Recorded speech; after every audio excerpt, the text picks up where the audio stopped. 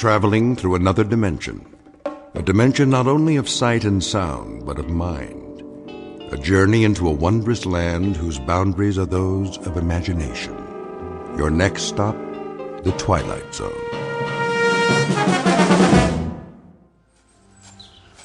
Come on, let's take a look in the window. How are we gonna do that?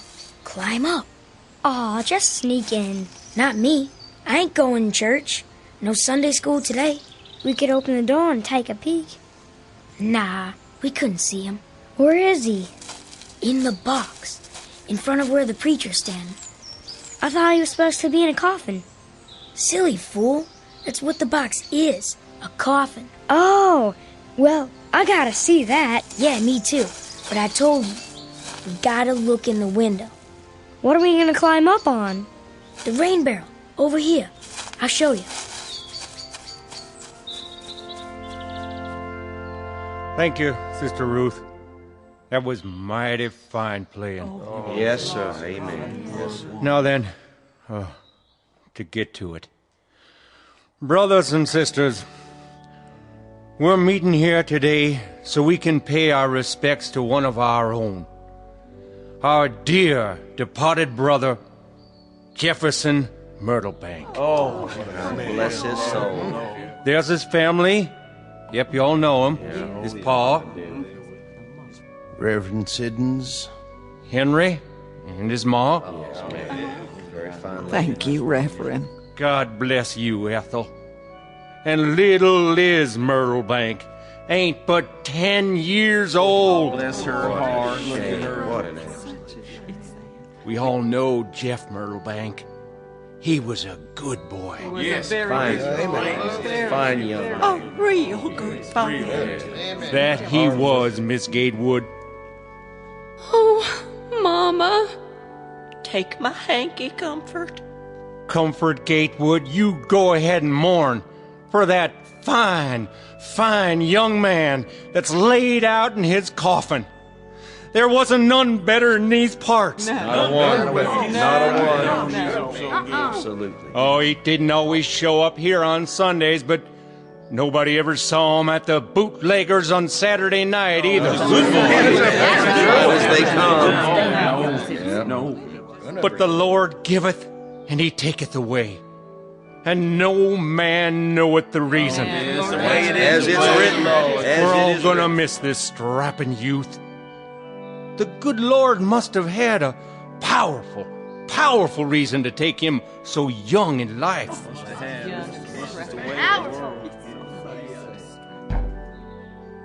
Oh, my. Huh? What is that? Did you hear that? But we all know the Lord moves in mysterious ways. His wonders to perform. What is going on?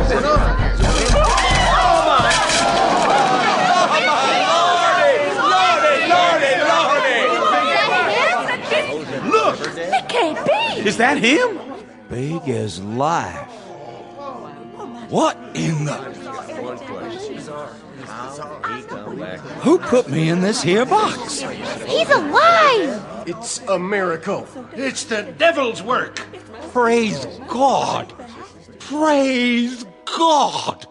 Hallowed be thy name! Now, will somebody please tell me what is going on here?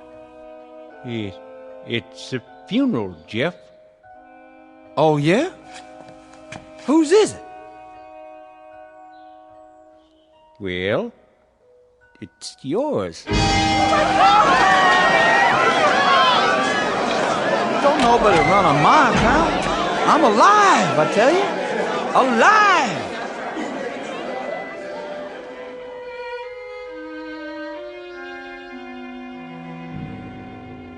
Time, the mid-1920s. Place, the Midwest. The southernmost section of the Midwest, in the state of Arkansas, to be exact. This particular area hasn't changed much since the Civil War, though progress has brought an easier way of life to some, provided it doesn't cost too much to achieve that progress. The church is a simple one-story wood-frame building. It hasn't been painted for some time, and there's a chimney in the roof for winter heating. The faithful come to this church on foot, a few in their Model Ts, and some still in horse-drawn wagons. for this is a population that can't afford to change with the times. They're all hard-working, God-fearing folks who believe in the good book, and today they've come to say goodbye to one of their own, a certain Mr. Jeffrey Myrtlebank, age 26. Only it seems that the funeral in question will have to be postponed. It may be a bit premature, thanks to some unexpected intervention from the Twilight Zone. And now, The Twilight Zone and our story, The Last Rites of Jeff Myrtlebank, starring Robert Nepper, with Stacy Keach as your narrator. Excuse me. Let me out, please. Please let me out. Excuse me. I'm getting out of here. Where's everybody going? Don't leave on my account. Easy, Jeff. Take it easy now. He can talk. Stand back. Don't touch him. Come on, somebody tell me, who in thunderation put me in that pine box? Now, brethren, let's not give way to panic. What we got here is a little mistake. Little? Brother Siddons. Why don't you sit down on the steps? 'Cause I don't need to sit down. I feel fine, don't you? Jeff? Is that really you? Course it is, Ma. You're looking a little pale, son. Just a minute, Pa. Brother Siddons, you still seem to have some sense left. What's going on around here? Tell him, Reverend. Son, we was about to bury you. Barry? We was real certain you died. Me? Dead as a doornail. But that's foolishness. Doc Bolton pronounced you deceased. When was that? Oh, day before yesterday. That's right, son. Hold on, Pa. Doc, why would you go and do a thing like that? Well, now, your heart stopped beating. Yes, sir, it sure did. I was at your bedside. We all were. My heart? But it couldn't have. It's beating right now. Here, feel it. It wasn't but 2 days ago. You was sick, son. Real sick. Well, ain't you supposed to put a silver spoon by my lips? See if it steams up? I didn't have to. Worst case of flu I've seen in all my years. Did I have a pulse? How could you, boy? Your heart plumb stopped. Yes, sir. No question. I'd stake my reputation on it. Well, I hate to cast a shadow on your schooling, but I ain't about to climb back in that coffin just to save your reputation. He's speaking the truth, Jeff. Well, I'm sure glad you didn't embalm me. A miracle is what it is. How do you feel now, boy? Pretty good, I guess. Kinda weak, but rested, like I had a good night's sleep. Hungry, though, real hungry. I could about eat a bear, hide and all. Reckon you should be hungry. Ain't et for 3 days. Well, don't look so surprised, Ma. You too, Pa. It's me, all right? It surely is, boy. I'd know my Jeff anywhere. Hope you got a good supper on the stove. You sure it's him, Ma? Little Liz, what's the matter? Don't you know your own brother? You're not thinking I'm a ghost, are you? Ma, don't go touching her just yet. Well, I'll be double-dogged. My own folks is afraid of me. How about the rest of you? Comfort? You here, too? Jeff, I don't rightly know what to say. Now just you hold off from touching my sister. What for? By dang, I'll bet she ain't scared. Not the man she's gonna marry. Maybe Orkram is right. Hold back your touch now. That the way you feel? Comfort? Well, I don't know.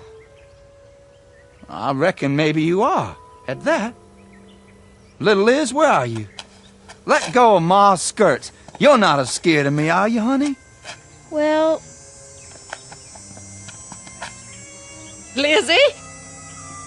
You fooled him, didn't you, Jeff? Yes, honey, I fooled him. and give me a hug now. You swear you're really and truly my boy, Jeff? None other. In the flesh. Praise be, son. Come on home where you belong. Look at them. They're family again. Brings a tear to my eye. Give me your hanky. I know what it is. Listen to me. I know what it is. What's that, Doc? It's a medical miracle, and it happened right here in our county. Now, the scientific term is, ipso-suspendo animation. Say that again? Very rare. In fact, there have been only, let's see now, 30 cases in the last 1,500 years. You sure you ain't trying to cover up your own miscalculation, Doc? I never heard of no sickness like that.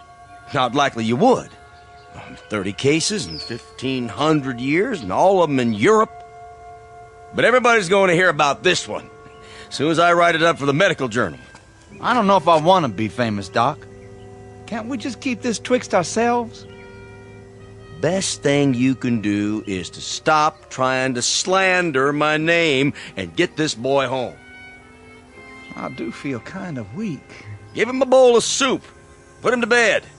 He's going to need his rest. Bless you, Doc. We'll do that. Come on now, Jeff. We're going home. Soon as I crank the car. If I could just sit down for a minute. Oh, you go ahead, son. Right here on the running board.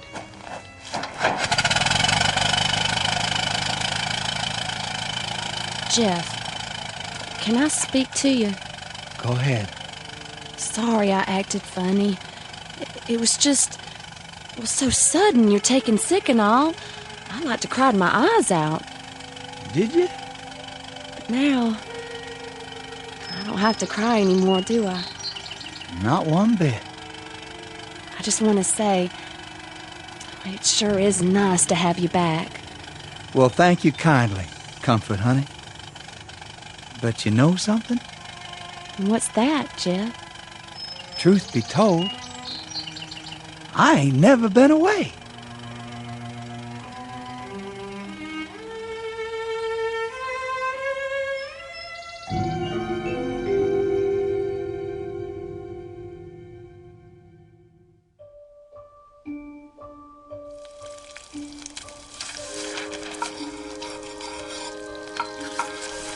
How does everybody like their breakfast this morning?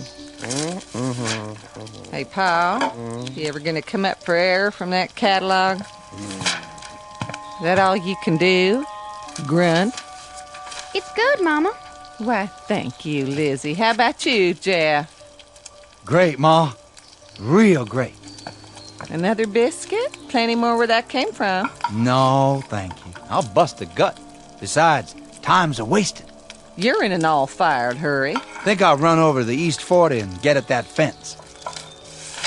I wish you wouldn't. Tell him, Ethan. Will you put that catalog down? I'm talking to you. Listen to your ma, Jeffrey. I'm listening. It's only been 2 weeks since you was at the brink of the grave. You oughtn't be toiling from sunup to sundown every day. Oh, I feel fine, Ma. Never felt better. Just the same, I'd rest easier if in you... Be back for lunch, Ma. See you over there, Pa. Boy, seems all right to me. Just the same, I'm a mite concerned. What about? I don't like the way he's behaving ever since... What do you mean, Ma? He's different. Not like he was at all. Seems the same to me. He only ate 2 eggs again. That's so. Ever since he sprouted teeth, he's been having 3 eggs at breakfast. A man's taste can change. And the way he's going at that hard work, he never was friendly with work before. That's true enough. I recollect quite a few times being worried that he'd leaned a shade toward this side of shiftlessness. You mean lazy? Not exactly. Just not very interested. But since his sick spell, he's been in there pulling his share like he's trying to catch up for a year of back work.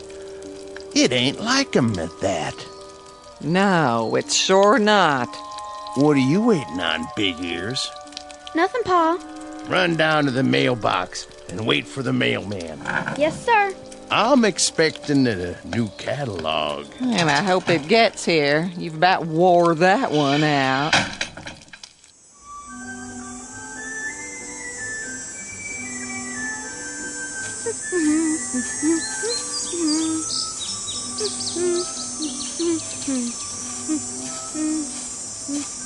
That you, little Liz? Yes, ma'am. If you see my Jerry, tell him to get on home. He's got chores to do. Okay.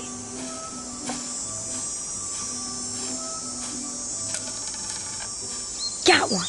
Hi, Tommy. Go on. We're playing marbles. Can I play? Can if you got your own doogies. We're playing keeps. I don't want to get all dirty. Shoot. Mailman come? Not yet. How's your brother? Oh, all right, I reckon. Only my mom and pa are kind of worried. What about? I don't rightly know. He's different. Different how? Well, he eats different, works different. Yeah? I gotta go. Besides, it ain't none of your business anyhow. You better get on home, Jerry. Your mama wants you.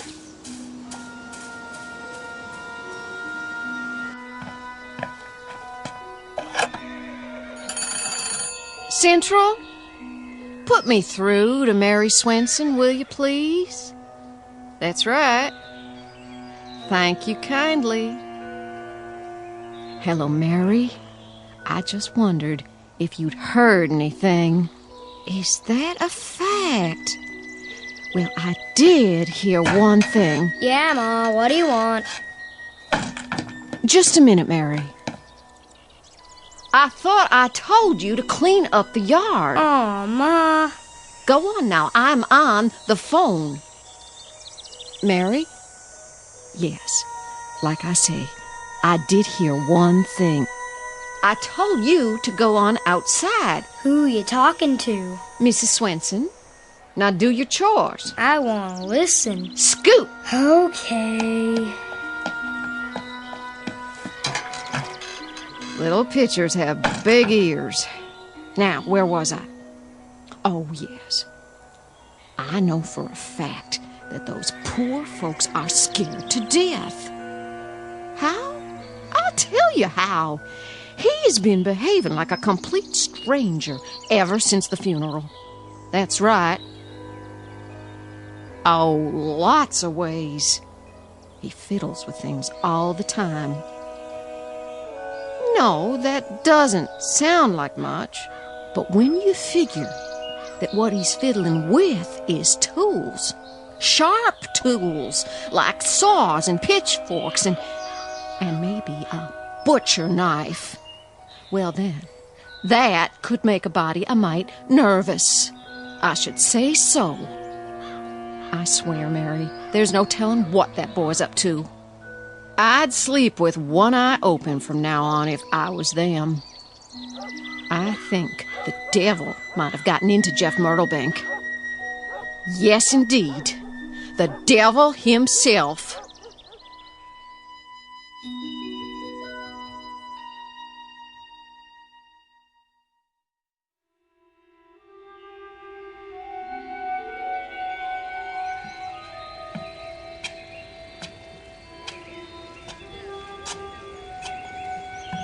Hello there, Peters. Strauss? Set a spell. Don't mind if I do. Nice day. Tolerable. Yes, sir. A good day to be alive. Yep. Especially if a man weren't alive. Before. And who might that be? Well, now ain't but one in this town. That's the truth. What if he was your'n? Well, sir, I wouldn't want to go to sleep in a house with that boy around. Oh, no. They say he's taken to fiddling with things now. That right. What kind of things? Axes, plows, cutting blades of all type and description. Well, what do you know? Jackknives, hunting knives, you name it. Ain't that something, though? He was always such a good boy. Good is as good does. No telling what he's gonna do next. Gents? Hello, Doc. We was just discussing the Myrtlebank boy. What about him? We're just wondering about him. Guess you've heard how peculiar he's been acting lately. I've heard. I'm not one to pass along gossip. Still, you got to wonder. Where was he? When? That 48 hours he was dead. He had to be somewhere. Well, he's in the funeral parlor, that's where. The lights was out, all right, but there was nobody home, if you catch my drift. So, where was he? Not in that cold, lifeless body, I'd wager.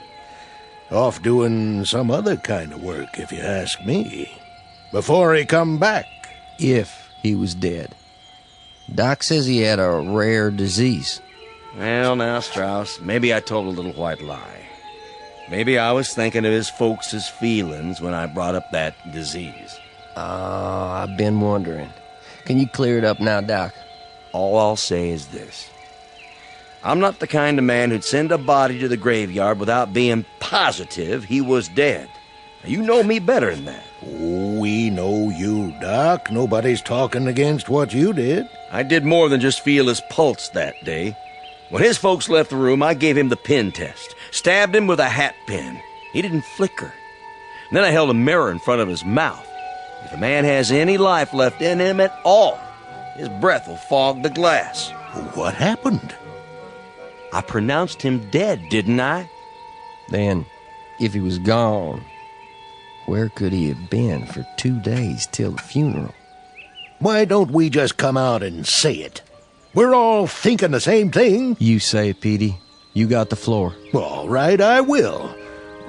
How do we really know that the man who got up and crawled out of that coffin is still Jeff Myrtlebank? That's crazy. Is it? If I were you, gentlemen, I wouldn't spread this kind of talk. It could cause trouble. And what kind of trouble is that? My grandmother, rest her soul, she used to tell me about evil spirits roaming round the world trying to find a body to take over. She said they could steal a corpse sometimes before a man was good and dead. Just like that. And you know something? I believed her then, and I believe her now. That's enough. This is dangerous talk. Though I confess, it does throw a little dry kindling on the fire.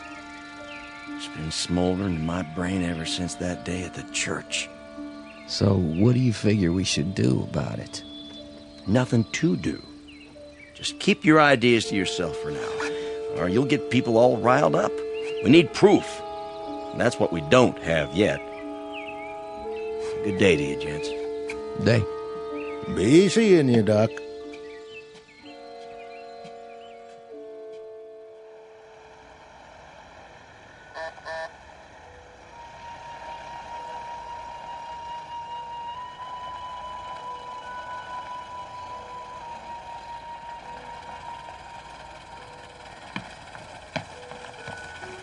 It's him. Get away from the window, girl. I knew he'd be by. Comfort's right. It is him. Dag nabbit. Now's the time to tell him. Right to his face. I won't. Now, I am a grown woman. Almost. And you can't tell me who to see. Maybe Orkram is right, dear. Leave me alone. But you know what everyone in the county is saying about that boy. Well, he's not calling on the county. He's calling on me. You're just plain rotten stubborn. You marry that one, and I'll bet all your kids are born with horns on their heads. Orgrim. Oh, he's at the door. Okay, you two go in the kitchen and let me entertain my young man. Mind how you do that, little sister. We'll be listening. Come along. Comfort's entitled to her privacy.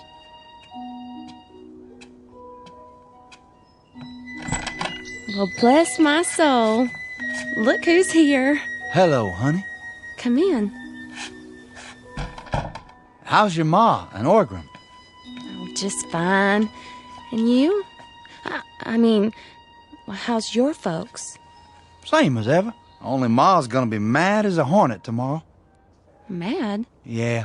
I raided that vine of tame roses she's so proud of. Thought you might like a little bouquet. I wrapped it up and everything. You brought me flowers? How sweet. You oughtn't to have done that. Go on. Put them in some water before they die. All right, I will. Oh. What's the matter? I guess tame flowers don't last long, do they? Huh? When'd you pick them? Just before I came over. Well, look at them now. They're dead. All of them? Every last one. Dried out. Black as night. Oh, well, I'll get you some new ones. That's all right. Dangest thing I ever saw. Give me a little hug anyway, would you, honey? Well, why don't we have some music first? If that's what you want.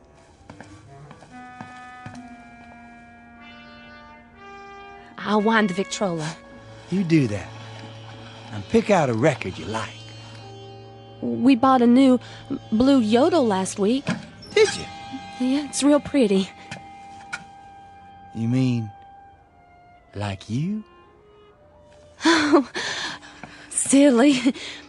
You'll like it. Here, let me play it for you. Can we dance to it?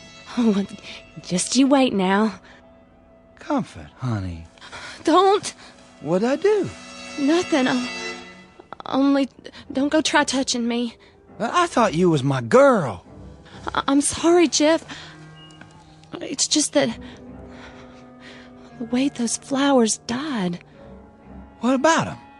Maybe you've got poison on your hands. That ain't what's bothering you. Yes, it is. I get it everywhere I go. I can let it go by from other folks, but not from you. I'm getting mighty sick and tired of being treated like one of them vampires. Oh, I didn't say that. Now, are you my girl or aren't you? If you are, give me a kiss. Jeff, no, please.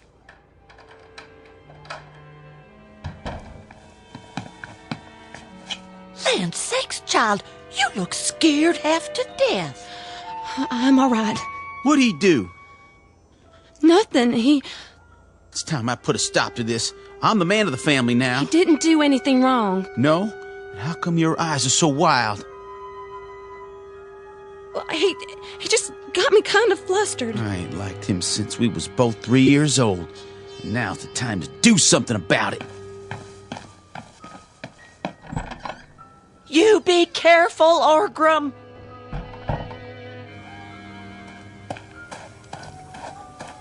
Jeff! What do you want? I don't want you hanging around here no more. Let me give you some advice, Orgrim. I'm pretty mad right now. I ain't mad at you in particular, so it'd seem a shame if you got in my way and I took the whole thing out on you. You threatening me? That the way you take it? Man, don't forget who I am. And who is that? We go way back. If I had a dime for every time I whooped you, I'd have $100. True enough. But you haven't whooped me lately. Now get out of my path. Make me. If that's the way you want it.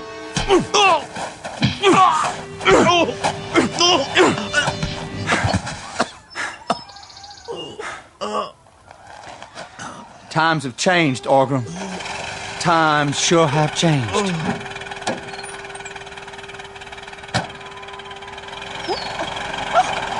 Mama? You're bleeding. Oh, my little boy, what's he done to you? Oh, Mom, I think he broke my jaw. Don't you worry none. Can you stand? Poor Jeff. Poor who? He doesn't have anybody now. That's right. And now you don't neither. Comfort, go and hitch up the team. I have to go to him. Hush.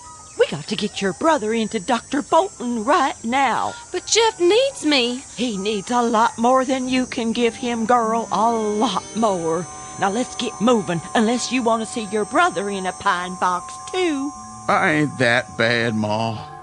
No, but if somebody doesn't stop Jeff Myrtlebank in his tracks, this whole town's headed for trouble. It's gonna be just like the good book says. When the dead walk, the end times is near.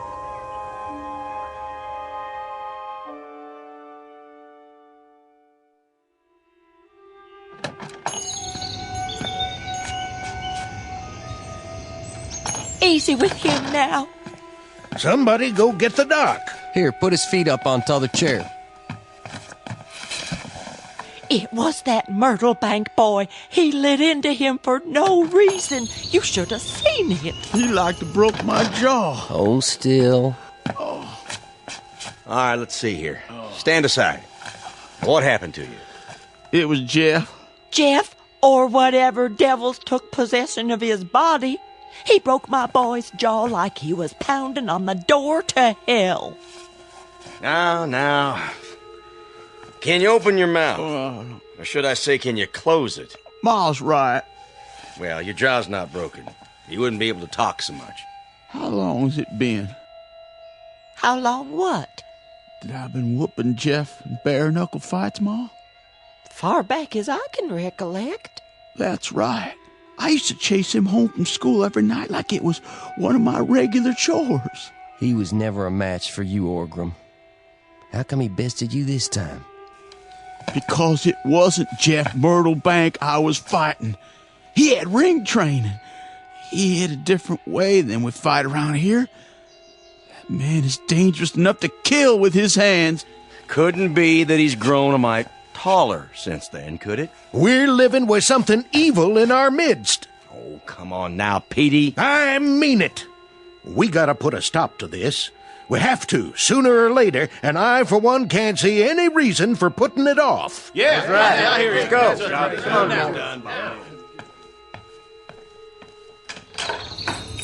Where's she going? Come on, horses. Comfort, Gatewood, you come back here right now. Sorry, Mama. I gotta go to him.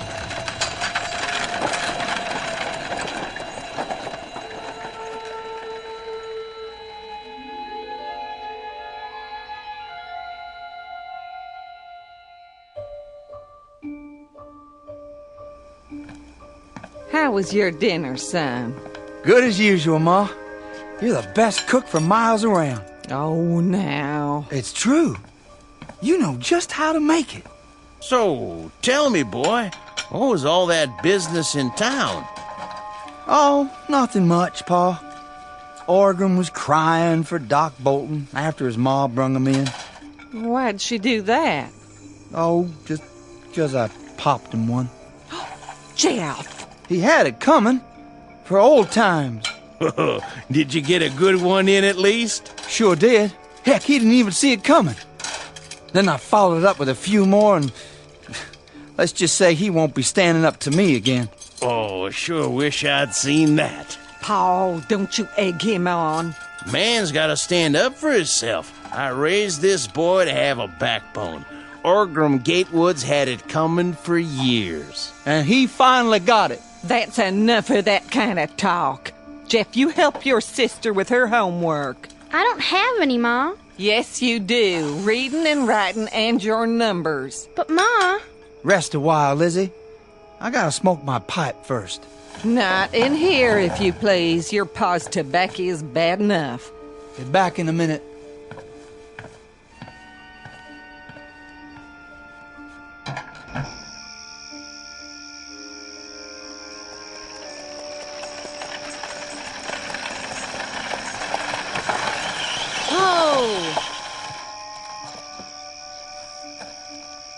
that you, Comfort?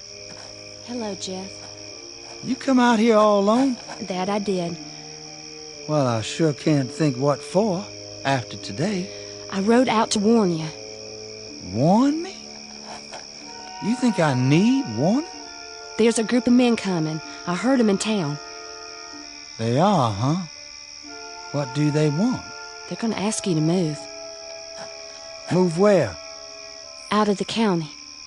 That's so. Well, all I can say is, let 'em come. Jeff, please, at least get inside.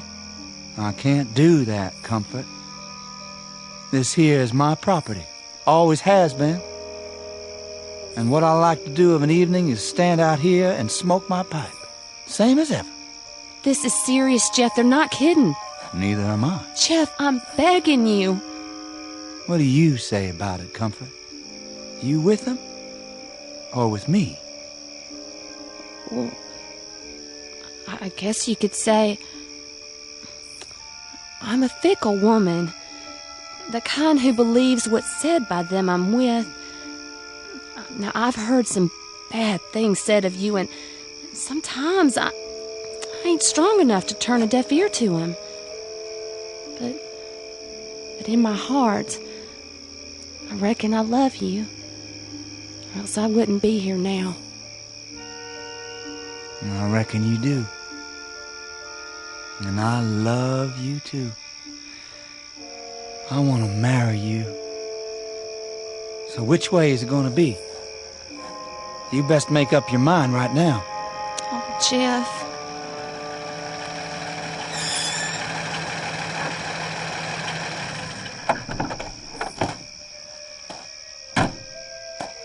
There he is. All the girls with him. So this is where she took the wagon. I should have figured. Let's stick together. We know what we're going to do, right? Do we know what we're doing? Gents? Now listen here, Jeff. You get on home, Comfort. Don't be telling me what to do, Orgrim. Well, might late to be driving all this way out here, ain't it? Jeff, we want to talk to you. You know this is private property, don't you? Now hold on. We come here to speak our piece as a committee. You did, huh? Yeah, we're speaking for the town. We all talked it over, and we reached a conclusion. Well, now, why don't you just come out with it? You know you're going to anyway. Well, our conclusion is Jeff Myrtlebank is dead. We don't rightly know who you are or where you come from. But we think you stole Jeff's body. 'Cause Jeff sure couldn't have whooped me all by himself. Time to fess up. What do you say? I'm waiting to hear what Comfort has to say. I asked her a question just now. She ain't answered yet. This ain't about her. Come over here by me, Comfort. No, Orgrim, I won't. Jeff, Yes, Comfort? I'm listening. I reckon I'm with you, no matter where we have to go. Stand behind me, then. Do that, Comfort. Ma won't let you come home. Not ever. Take your choice. Well, I just made it. Gents, my wife-to-be and me was born and raised in this county. We like it just fine here, and we don't aim to raise our kids anywhere else. Now, hold on. Let me finish. I heard you out. Let him speak. We're gonna stay.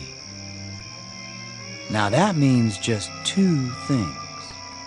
One, if y'all are wrong about me, you got nothing to worry about.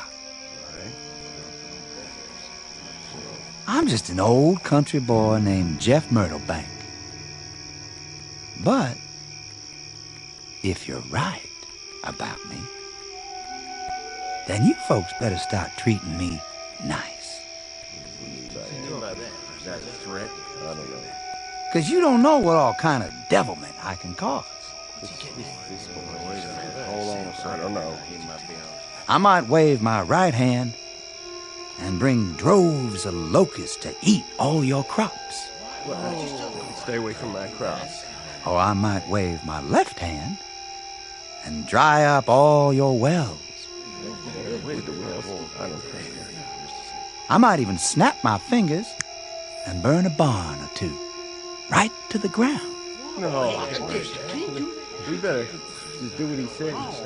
I don't like the sound of that. Wait a minute. Or some morning, just because I feel ornery, I might let the hawks carry away all your chicken. Now, Jeff, don't go getting ahead of yourself. Careful, shotgun. Yes, sir. I think you folks better start treating me and mine real nice. Boy has a point. I guess it's a different picture with you aiming to marry Comfort. We sure ain't got no call to pick on her. That's the truth. It wouldn't be right to hurt her trying to get at someone else. When you aiming to marry? Jeff? Right away. That true, Comfort? Then I guess it is. In that case, be sure to let us know about it, boy. We'll throw a picnic that day. Well, let's go, men. This here engaged couple's got some planning to do. All right, let's go. We gotta go. See you at home, Comfort? In a while, Orkram. Tell Ma not to wait up.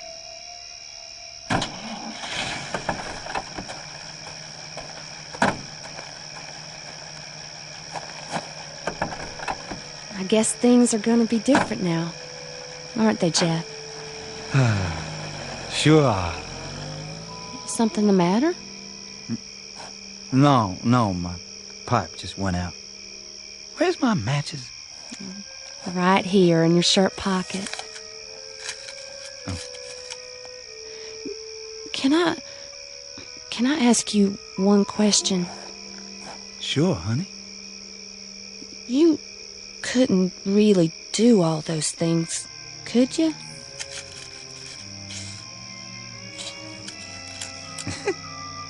Well, what do you think? I hated to lie to him that way. But sometimes you have to cope with trouble soon as it comes up, before it gets out of hand. Jeff. Hmm? How'd you do that? Do what? Like that match. You didn't strike it on anything. It just lit. All by itself. Was that a magic trick? Nope. Well, then what was it?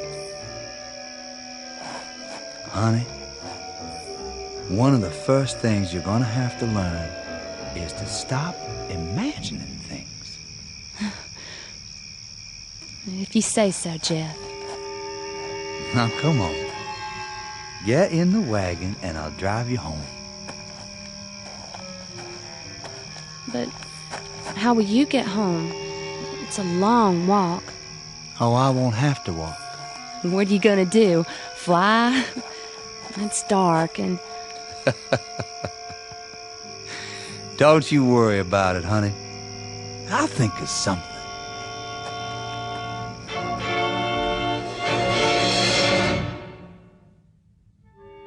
You'll be relieved to know that Jeff and Comfort are still alive and happily married after all these years. According to the history books, their only son went on to become a United States Senator. He was considered an uncommonly shrewd politician who never lost an election. No one's sure where he is now, but from all reports he had a great influence on our national policies. Some say he continues to this day working quietly behind the scenes, using some rather special skills learned only in the Twilight Zone. More from the Twilight Zone after this. Hello, I'm Stacy Keach. I hope you're enjoying this edition of the Twilight Zone radio dramas. To learn more about this series, be sure to log on to our official website at twilightzoneradio.com. You'll find special discounts on our Twilight Zone audio collections, listings of our radio stations, links to other websites, and a photo gallery of our recording studio and some of our stars in action, plus ways to contact us with questions or comments about the show. And for a limited time, when you log on to twilightzoneradio.com, you can send in for a free CD of the show. So be sure to visit us at twilightzoneradio.com.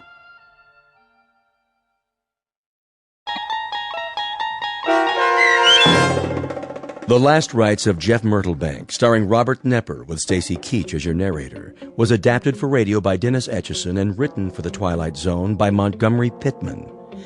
Heard in the cast were Meg Thalken, Joby Cerny, Haley Nabig, Jeff Lupetin, Peggy Roeder, Kip Karstedt, Doug James, Roderick Peoples, Kurt Nabig, and Frenette Lebo. To learn more about the Twilight Zone radio dramas and to obtain audio cassettes and CDs of these programs, visit our website at twilightzoneradio.com. The producers of The Twilight Zone wish to thank CBS Enterprises, Carol Serling, Dennis Etchison, Dick Brescia Associates, Claire Simon Casting, Terry Jennings, XM Satellite Radio, Sirius Satellite Radio, our sponsors, and our radio affiliates for helping make this series possible.